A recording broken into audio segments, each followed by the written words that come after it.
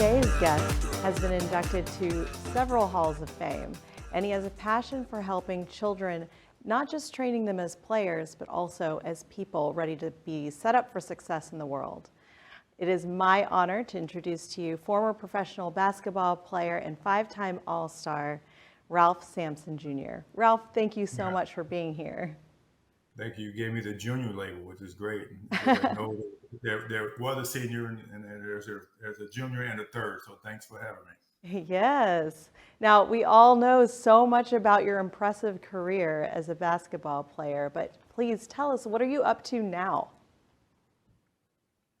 Oh, every day is a different journey. So I have a platform of business ventures with a company called Winter Circle Enterprises, and then we have our foundation, and we have hospitality, we have media, we have partnerships, and then I have all of my endorsements that I do through the same company, but all focused mainly on giving back. For instance, our hospitality company, we have a new restaurant that's been open for about a year with a big company behind us, and we have an upcoming coffee brand that's coming out called Ralph's House. Ooh, And yeah. a percentage of the sales goes back to community foundations right now in the state of Virginia, and we'll expand it across the country once we grow a little bit bigger, so we can send more kids to college. So our basic premises with my mother and father and our legacy is making sure we always give back. Yeah, I was starting to hear the kind of layered consistency there because you've got a lot of different ventures going on. So the common thread then is what you're telling me is that you just want to make sure that each venture is always giving back. Do you mean monetarily or do you mean in other resource fashion? All of the above, depending upon what I mean. Obviously, monetary helps a lot of kids go to school, but we believe that you can give a kid $5,000 scholarship, but next year they're gonna need that as well, or more. The way our world that we live in, inflation and all that stuff bears down on kids' education today. But we try to give them support. So we partner with like the Ron Brown Scholar Program that's in Charlottesville, Virginia, where they take a kid from you know high school through college. They have to come back and give back to the community what they live in or the community that we serve. And then by the time they between their junior and senior year, they have a job already in play before they get out of college. So we like organizations like that where we know that we can help somebody, not just give money and or support. It's got to be a combination of the two. Now, I understand that your parents had a big push for always giving back, but not every kid picks up on the same passions that their parents have. It imprints in them, but why is it such a passion of yours to give back? Well, I mean, I've seen it over the years with, especially on both of my parents' side.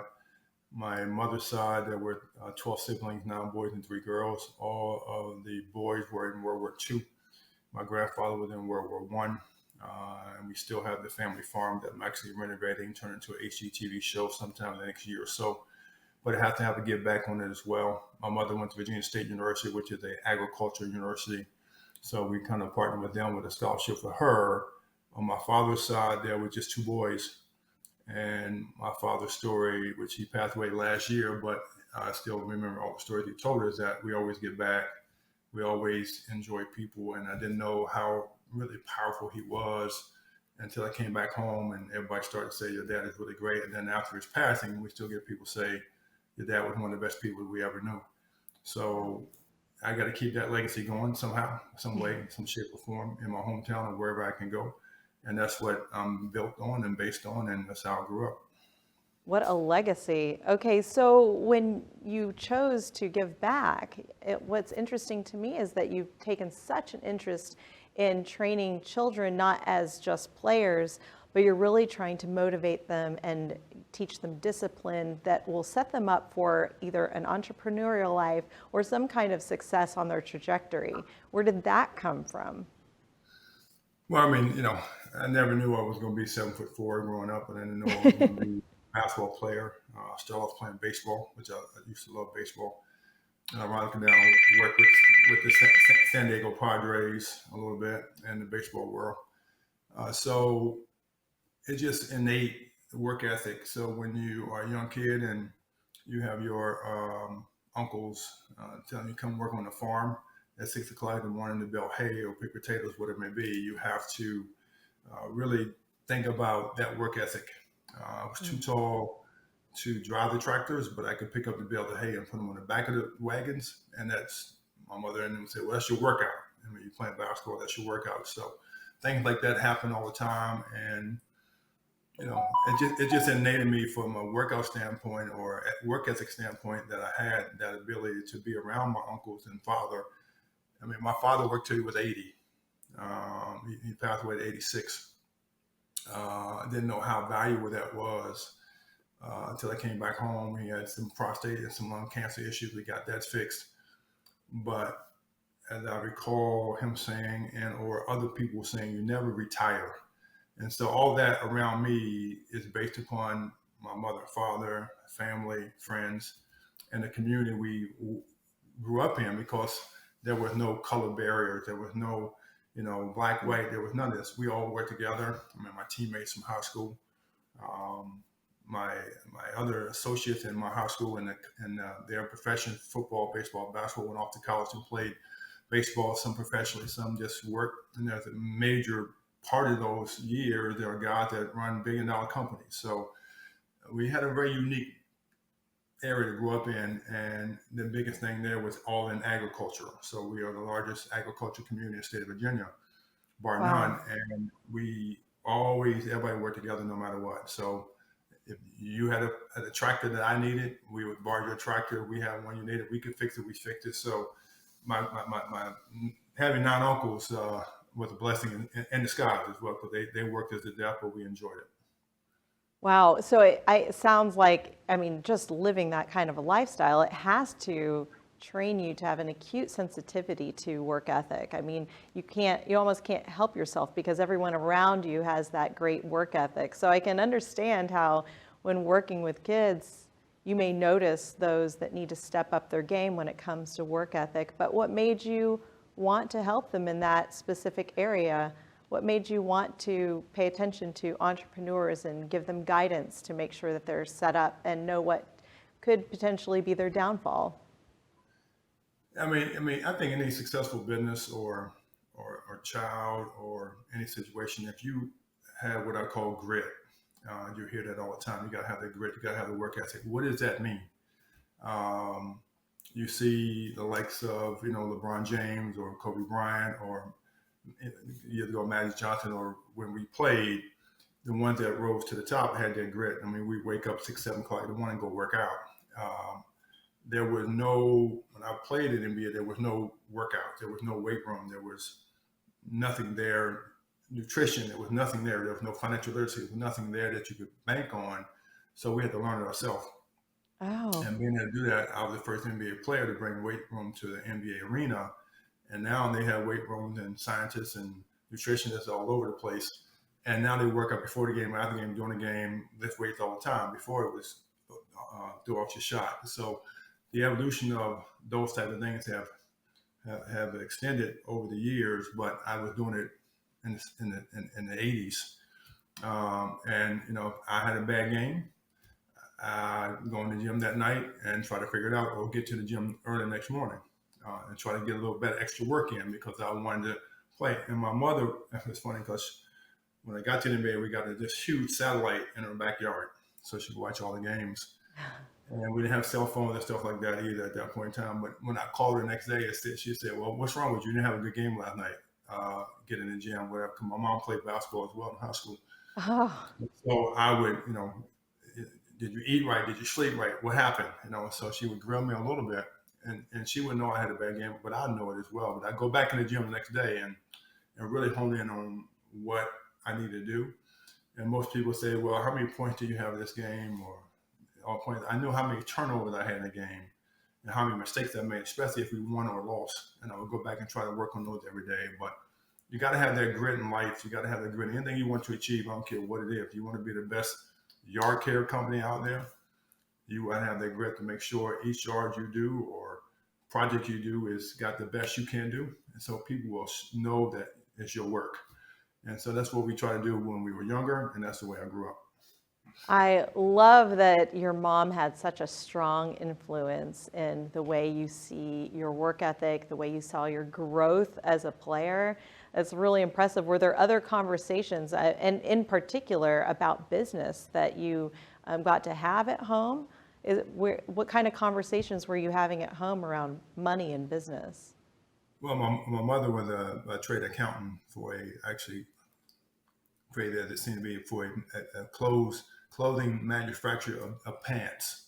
So imagine having a kid that's 6'5", 6'3", 6'4", growing every year, and you got to buy clothes for that kid that grows a couple inches every year. So the pants are always short. So this pants company would make my pants and Yes. suits that I wore at that point in time, but every year would be different. So then they started to figure, okay, well, let's make the hem on it an extra inch and a half or 2 inches longer. So we just take the hem out the next year. So I would get new pants, but I would take the hem out so they would last a little bit longer. But she was an accountant. So we would come home and she would bring work home and she would let us help her add the hours up and all these sheets. There was no program, there was no system, it was all done by hand. So we started early on understanding what business was all about through my mom and her work. And then my dad worked at a factory that made aluminum windows and doors. So they would take it out there and see the process where this big log of aluminum come in and it would be a window in a major building around the country. So we saw that supply chain process and he helped us, got us through all that as well from his job and my mom's job. So we saw with both parents, one way or another, how to work hard in the business, but also understand the numbers in the business as well. So it started us, as me and my sisters know now, started us early on in business. We didn't even know it at that point in time, but we do know it now.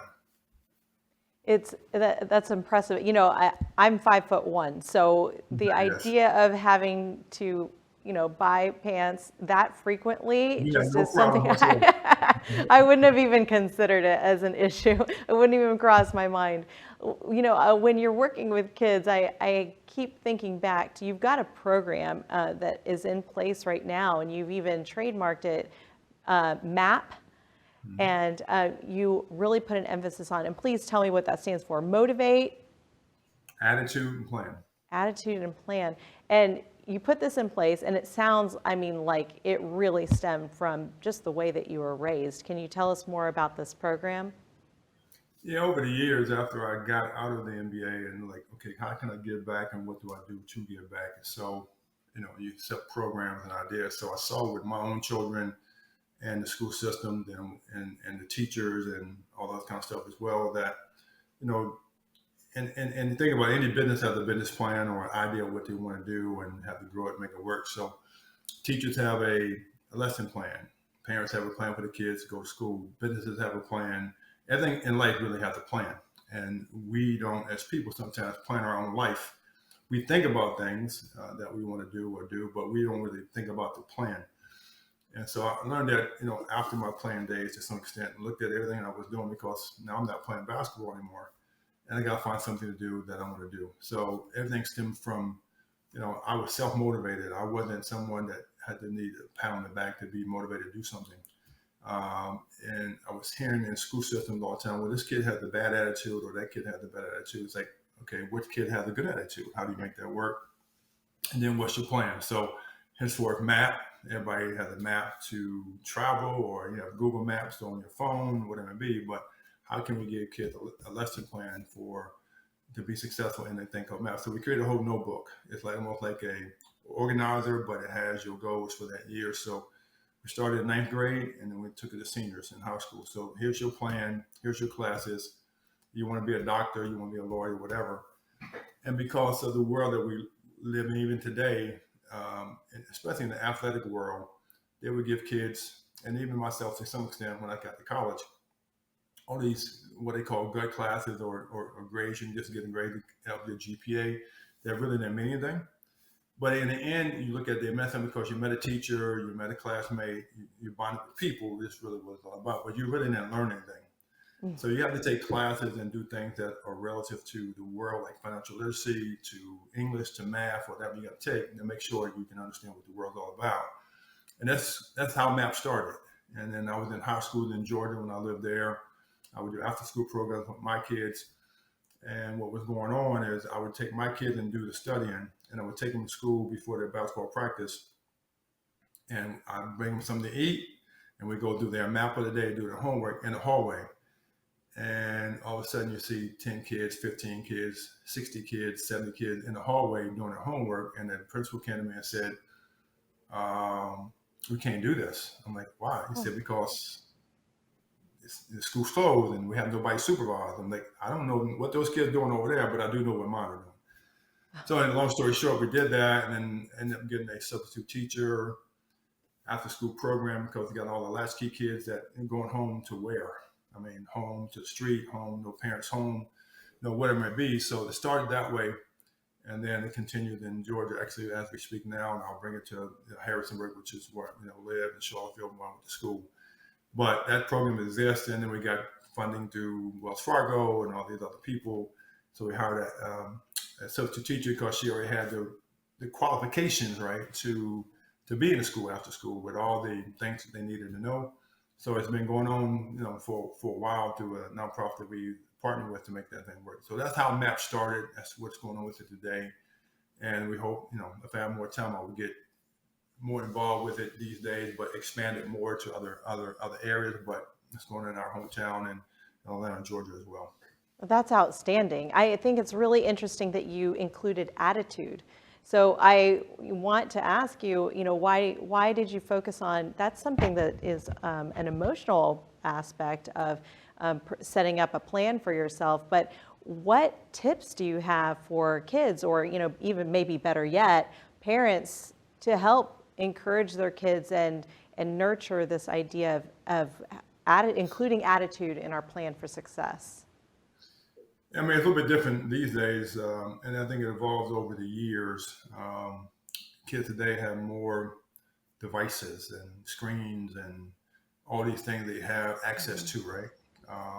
And I wish I would have had access to those things when I was coming up because I'd be 100 times better than I am now, hopefully, if I knew how to use those. But the screens and stuff, I see kids today, mental attitude, they get mad because they're not on the screens. They don't. They drop PE from school, so they don't get the physical activity they need to stimulate their mind, their body. But and the eyesight gets bad. So there's a lot of stuff going on these days than it was back then. True. But to keep motivated that way, you have to take a kid, no matter at what level they may be, and expose them to things that they can understand and or love, and then you got to follow up. So the discipline, the attitude is one. So partly in upbringing, we had to make sure first thing in the morning you get dressed, go to school. Your bed had to be made before you left the house. And even to this day, even I'm in the hotels, whatever, I'm now telling him make the bed as well, even though there's a maid coming. But that think about that maid that's got all those other rooms to clean, and I'm sleeping there, and the sheets are not dirty, so I just make it up and come back the next day. And they now have these rules. Well, if you want your bed made up, put a little note on the bed, and they'll make it up. If you don't, then leave it alone. But it conserves water. It does all these things back then. But making your bed in the morning is the first thing that you should teach a kid. Because that gives you a sense of accomplishment for that day. You come back and my room is clean, everything's in order, and I can sit and be at peace of mind. Then I can do my homework, and then I got to do other things. And then, for boys, take the trash. Just little things that when they're a certain age that they get disciplined and do. So when they get in the real world life, that they understand that just the little things in life become the big things in the world that we live in. And then you can accomplish anything after that. So that's how we started. Oh, I love that.